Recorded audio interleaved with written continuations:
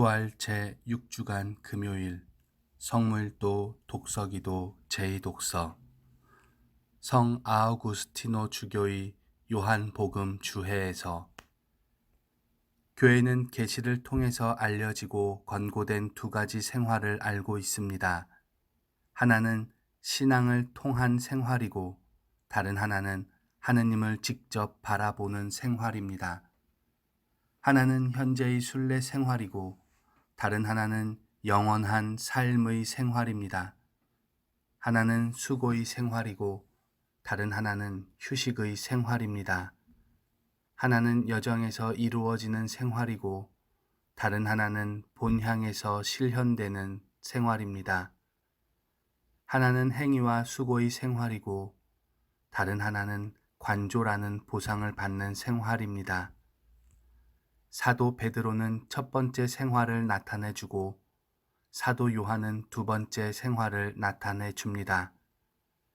첫 번째 생활은 지상에서 진보하여 이 세상 마지막까지 지속되고 두 번째 생활은 새말에 완성되고 후세에는 끝이 없습니다. 그래서 주님은 베드로에게 나를 따르라 라고 말씀하시고 반면 요한에게는 내가 돌아올 때까지 그가 남아있기를 내가 바란다고 한들 그것이 너와 무슨 상관이 있느냐? 너는 나를 따르라 하고 말씀하십니다. 말하자면 베드로, 너는 잠시 동안 고통을 당하는 데 있어 나를 본받아 따라야 하고 요한, 너는 내가 영원한 축복을 가지고 올 때까지 남아 있어야 한다. 좀 더 상세히 말하자면 완성을 지향하는 활동은 내 순환을 본받아 또 나를 따름으로 되는 것이고 시작한 관조는 내가 올 때까지 지속되어야 하고 내가 올 때 완성될 것이다 라는 뜻입니다. 우리는 모든 것을 죽기까지 인내함으로써 그리스도를 따릅니다. 그러나 그분에 대한 완전한 지혜는 그리스도께서 오실 때까지 이루어지지 못하는 것이기에 그때까지 기다려야 합니다. 이 죽음의 땅에서는 세상의 고통을 겪고 저 생명의 땅에서는 주님의 은혜를 볼 수 있을 것입니다. 그래서 내가 돌아올 때까지 그가 남아있기를 내가 바란다 라는 말을 남아있다 또는 살아있다 라는 뜻으로 이해해서는 안 되고 오히려 기다리다 또는 기대하다 라는 뜻으로 알아들어야 합니다.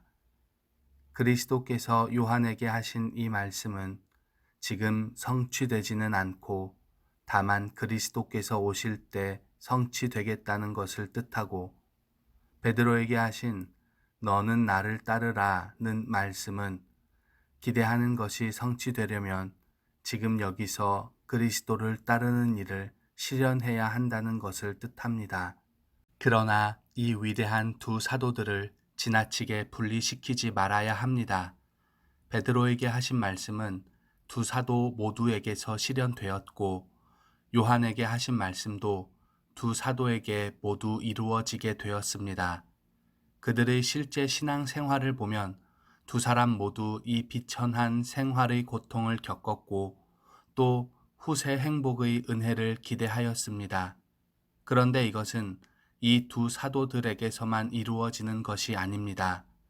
그리스도의 정배인 거룩한 가톨릭 교회도 그러합니다. 온 교회는 내세의 기쁨을 이루려고 현세 생활의 유혹을 견디어 이겨나가야 합니다. 베드로와 요한은 각각 이 두 가지 생활을 나타내 주었습니다. 둘 다 신앙 안에 현세 생활을 거쳐 지나갔고 또 둘 다 영원한 행복의 은혜를 누리고 있습니다.